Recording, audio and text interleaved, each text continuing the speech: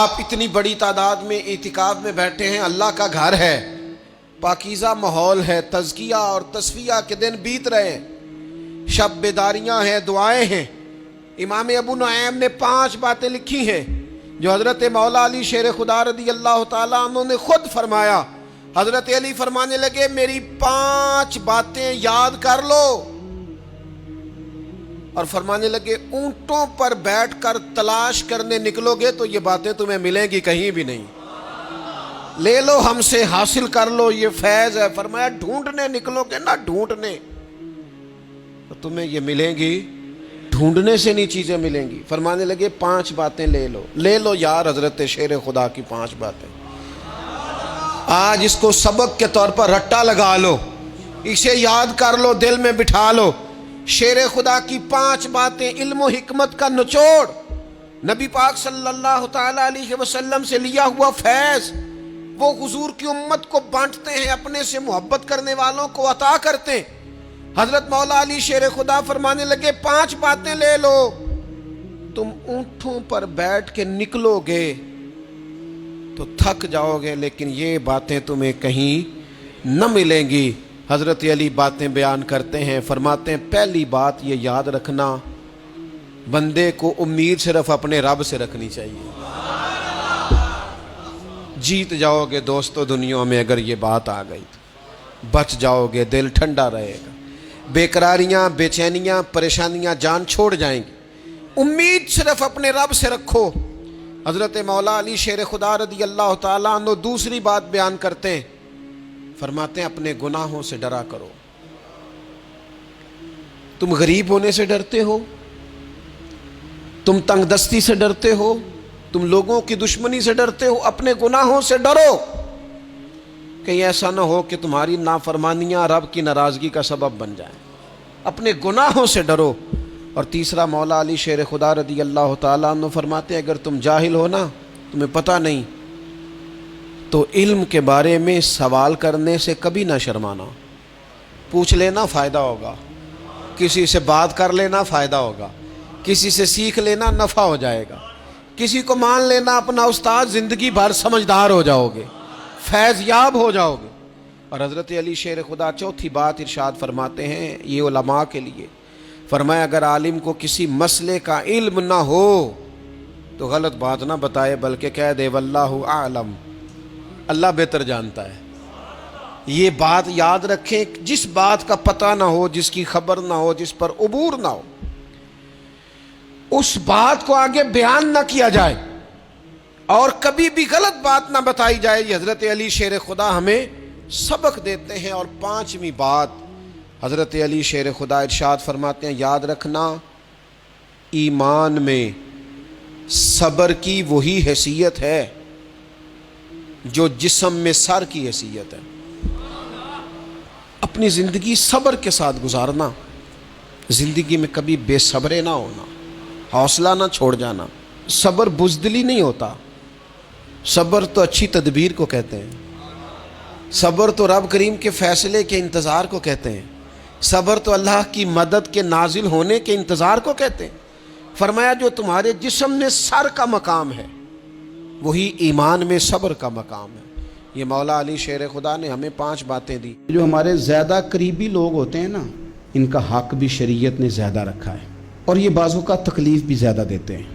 لیکن میرے عزیز ایک بات سمجھ لیں اچھی طرح سے اور اپنے دل میں بٹھا لیں، میں نے درجنوں بار کہی ہے، پھر کہتا ہوں، اللہ تعالیٰ نے جو خاندان میرے لیے پسند کیا ہے نا، مالک نے مجھے وہاں پیدا کیا ہے، تو جو چچا اللہ نے میرے لیے پسند کیا وہ مجھے بھی پسند ہونا چاہیے، اور جو ماموں اللہ نے میرے لیے پسند کیا ہے وہ مجھے بھی پسند ہونا چاہیے۔ انسانوں کے اندر کمزوریاں بھی ہوتی ہیں، خوبیاں بھی ہوتی ہیں، لیکن ہمارا یہ مسئلہ بن جاتا ہے کہ ہم نہ صرف کمزوریوں کو ڈسکس کرتے ہیں، خوبیوں کا تذکرہ کرتے ہی نہیں۔ اپنے مزاج کے اندر اس بات کو آپ نے پیدا کرنا ہے۔ اللہ تعالیٰ نے قرآن مجید میں فرمایا یا ایھا الذین آمنوا لا ترفعوا اصواتکم فوق صوت النبی، اے ایمان والو اپنی آوازیں میرے نبی کی آواز سے اونچی نہ کرنا۔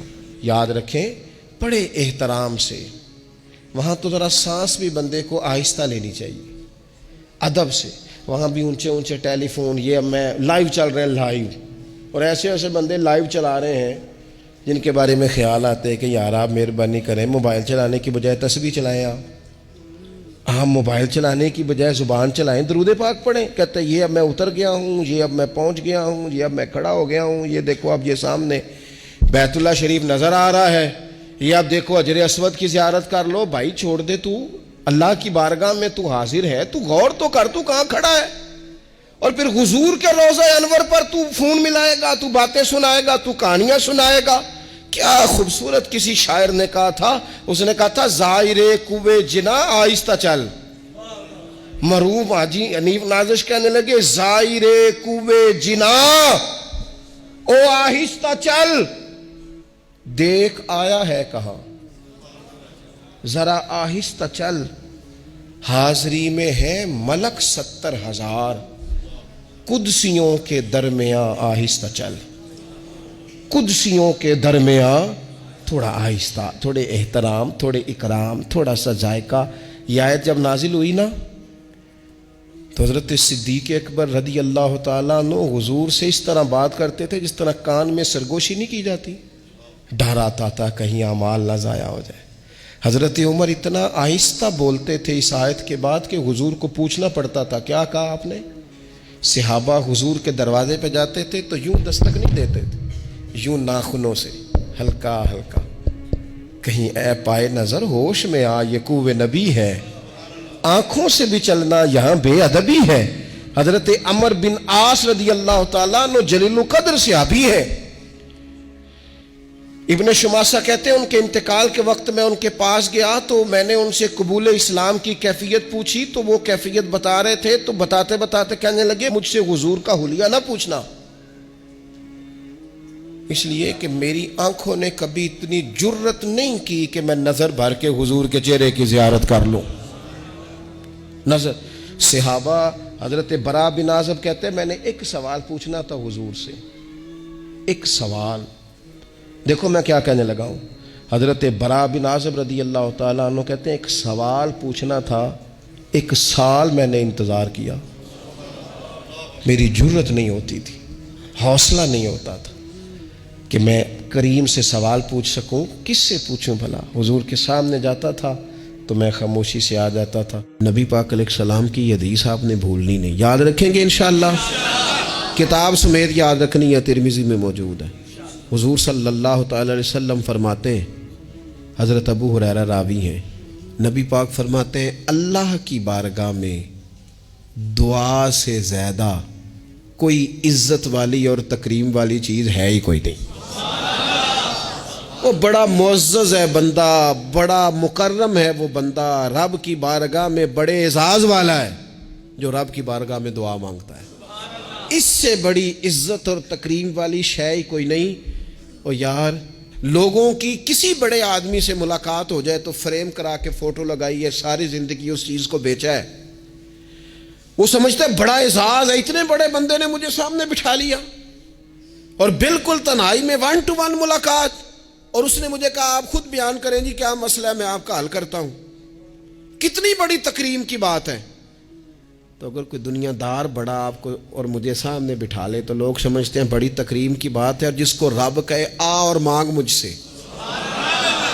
وَإِذَا سَأَلَكَ عِبَادِي عَنِّي فَإِنِّي قَرِيبٌ أُجِيبُ دَعْوَةَ الدَّاعِ إِذَا دَعَانِ۔ فرمایا محبوب جب میرے بندے آپ کی بارگاہ میں آ کے میرا پتہ پوچھے تو ان سے کہنا میں ان کے قریب ہی ہوں، جب بھی دعا مانگیں گے میں قبول فرما لوں گا۔ کیوں نہ مانگے؟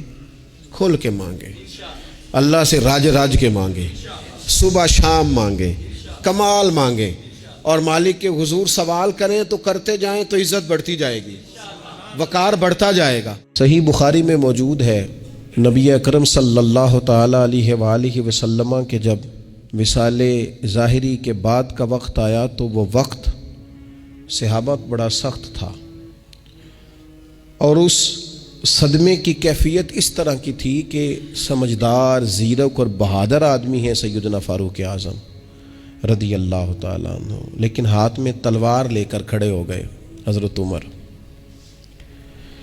محدثین نے لکھا ہے کہ حضرت عمر فرماتے تھے حضور کے وصال کے بعد کہ اگر کسی نے کہا کہ نبی پاک علیہ السلام کا وصال ہو گیا تو میں گردن اڑا دوں گا.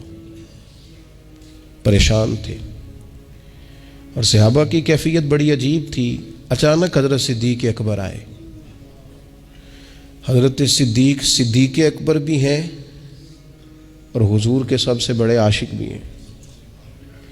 لیکن آتے ہی پہلے نبی پاک علیہ السلام کے حجرہ نور میں داخل ہوئے, حضور کے مقدس پیشانی پر بوسہ دیا. آنسو تھے کہ بے اختیار ہی نکل گئے. جنہاں دے دل بر جانی وچھڑن کون روے پھر تھوڑا. تھوڑی ہی دیر کے بعد اپنے آپ کو سنبھالا. ہمارے ہاں نا بعض لوگ دعوی محبت کرتے ہیں, مشن کے ساتھ ہی نہیں بنتے. کہتے ہیں جی ہم بھی خادم ہیں, ہمارا بھی آپ سے تعلق ہے, لیکن کسی مشن میں اگر آپ ساتھ کہیں تو وہ لوگوں کے لیے مشکل ہو جاتا ہے. حضرت ابوبکر صدیق رضی اللہ تعالیٰ عنہ محبت بھی پوری کرنے والے اور مشن میں بھرپور ساتھ رہنے والے.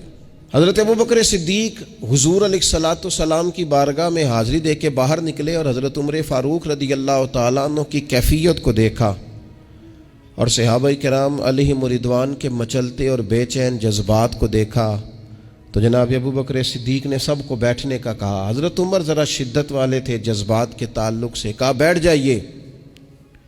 وہ نہ بیٹھے تو حضرت سیدنا صدیق اکبر نے پھر فرمایا, میں نے کہا بیٹھ جائیے. حضرت عمر بیٹھ گئے. اب پتہ ہے حضرت سے صدیق اکبر نے کیا کیا؟ قرآن مجید کی ایک آیت پڑھی, وما محمد الا رسول. فرمایا محمد صلی اللہ تعالی علیہ وسلم ایک رسول ہیں, قد خلت من قبلہ الرسل, ان سے پہلے بھی رسول گزر گئے. تو کیا اگر وہ وصال فرما جائیں یا شہید کر دیے جائیں تو تم الٹے پاؤں پلٹ جاؤ گے؟ صحابہ کرام فرماتے ہیں جناب صدیق اکبر نے یہ آیت پڑھی اور ساتھ فرمایا کہ جو تو عبادت کرتا تھا رسول پاک علیہ السلام کی, وہ سمجھ لے کہ حضور نے وصال فرمایا, اللہ کا وعدہ آیا اور یہ ظاہری پردہ ہوا, اور جو عبادت کرتا ہے اللہ کی تو وہ جان لے رب حی بھی ہے قیوم بھی ہے. صحابہ فرماتے ہیں کہ حضرت صدیق اکبر نے آیت تلاوت کی تو ہمیں سمجھ آئی, اور حضرت ابوبکر صدیق نے آیت تلاوت کی تو ہمیں یوں لگا کہ یہ آیت آج ہی کے موقع کے لیے گویا نازل ہوئی ہے. اور فرماتے ہیں ہمیں سمجھ آئی کہ ابوبکر صدیق ہمیں کیا سمجھا رہے ہیں. انہوں نے امت کو سنبھالا دیا. تاریخ انسانیت میں, پھر اس کے بعد تاریخ اسلام میں کارہائے نمایاں صرف ان لوگوں نے سر انجام دیے ہیں جن لوگوں نے کسی منزل کا تعین کیا. پھر دھوپ بھی آتی رہی, رستے میں تکلیفیں بھی آتی رہیں, پھر بہت سارے معاملات میں گھٹن بھی محسوس ہوئی, لیکن انہوں نے طے کیا تو پھر ادھر ادھر نہیں دیکھا, جد و جہد سے اپنا سفر جاری رکھا. ان لوگوں نے پورے طور پر کسی رنگ میں وہ رنگ گئے, پورے طور پر اس کا انہوں نے ذائقہ محسوس کیا, اس کی انہیں لذت آئی. حضرت ابوبکر صدیق رضی اللہ تعالیٰ عنہ ان لوگوں میں سے تھے جو زمانے کی نبض دیکھ کر یا زمانے کے حالات دیکھ کر فیصلہ نہیں کرتے تھے. کچھ لوگوں کا مزاج ہوتا ہے, وہ کسی جگہ رش دیکھتے ہیں یا حالات دیکھتے ہیں تو اس طرح کی بات کرنی شروع کر دیتے ہیں. حضرت ابوبکر صدیق رضی اللہ تعالیٰ عنہ اپنے قبیلے کے سردار تھے, تجارت کرتے تھے, اور وسیع آپ کا حلقہ احباب تھا, اور حلقہ احباب میں امیر لوگ تھے. جس طرح کا انسان خود ہوتا ہے اس طرح کی اس کی دوستی ہوتی ہے. آپ کے دوستوں میں شامل ہے حضرت عثمان غنی, آپ کا قریبی دوستانہ تھا حضرت عبد الرحمن ابن عوف سے جو صحابہ میں سب سے زیادہ امیر ہے. آپ کے قریبی دوست تھے حضرت سعید بن زید, یہ آپ کے قریب کے لوگ تھے, حضرت طلحہ بن عبید اللہ.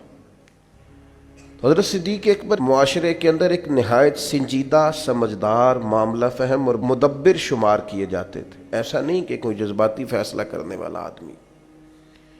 حضرت صدیق اکبر نے نبی کریم صلی اللہ تعالی علیہ وسلم کے اعلان نبوت فرماتے ہی لوگوں کا رد عمل بھی دیکھ لیا تھا. فوری طور پر لوگ رائے کیا دے رہے ہیں وہ بھی دیکھ لیا تھا. ہمارے ہاں بہت سارے لوگوں کی ضمیر کی آنکھیں کھل جاتی ہیں. شعور کی نہیں کھولتے، سلا دیتے ہیں، کہتے ہیں ابھی حالات ٹھیک نہیں، حالانکہ ضمیر جاگ جاتا ہے، آنکھیں نہیں کھولتے۔ حضرت صدیق اکبر کو جب پتہ چل گیا محبوب سچے ہیں، تو پھر انہوں نے امت کو یہ اپنے عمل سے پیغام دیا ہے کہ ایمان، عشق، محبت، غلامی یہ جمہوری نہیں ہوتی کہ سارے کریں گے تو پھر میں کروں گا۔ جب ان کی آنکھیں دل کی کھل گئیں تو ضمیر کی بھی کھولی، اور پھر لوگوں کو نہیں دیکھا وہ کلمہ پڑھ رہے ہیں کہ نہیں پڑھ رہے، وہ فوراً کلمہ پڑھ کے مسلمان ہو گئے۔ زندگی میں شعوری فیصلے کریں اور جلدی کریں، یہ حضرت صدیق اکبر کی زندگی کا پہلا سبق ہے۔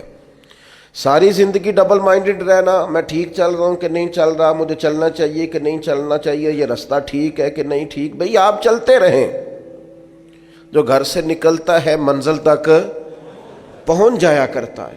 حضرت ابوبکر صدیق رضی اللہ تعالیٰ عنہ فوراً فیصلہ کرنے والی شخصیت کا نام ہے، اور فوراً فیصلوں پہ عمل درآمد کرنے والی شخصیت کا نام ہے۔ وارف رومی رحمۃ اللہ تعالیٰ علیہ نے لکھا ہے کہ ایک اژدہا بہت بڑا تھا، سانپ، تو وہ ایک ریچھ کو کھینچ رہا تھا، ایک آدمی کی نظر پڑی کہ وہ ریچھ کو تو وہ مار ڈالے گا، اس نے کوئی ڈنڈا پکڑا، کوئی ایسی چیز لی جس کو مارا تو وہ ریچھ کو اس نے چھڑوا لیا اس سے۔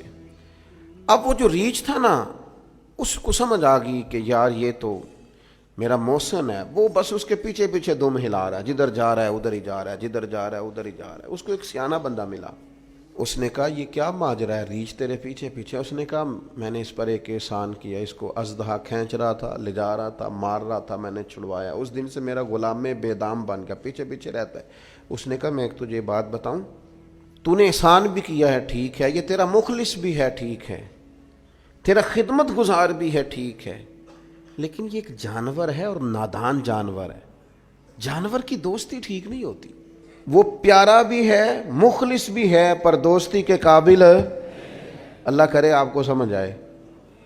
کہتے ہیں میری سگی بہن کا بیٹا ہے، پر تیری بیٹی کے قابل نہیں، وہ نہ بیٹی کو جھونک آگ میں، وہ میرے سگے بھائی کا بیٹا اور ٹھیک ہے، پر تو کرنا پیار بھائی کے ساتھ جتنا مرضی کرنا ہے، اس بیٹی کی غلطی کیا ہے بیچاری کی؟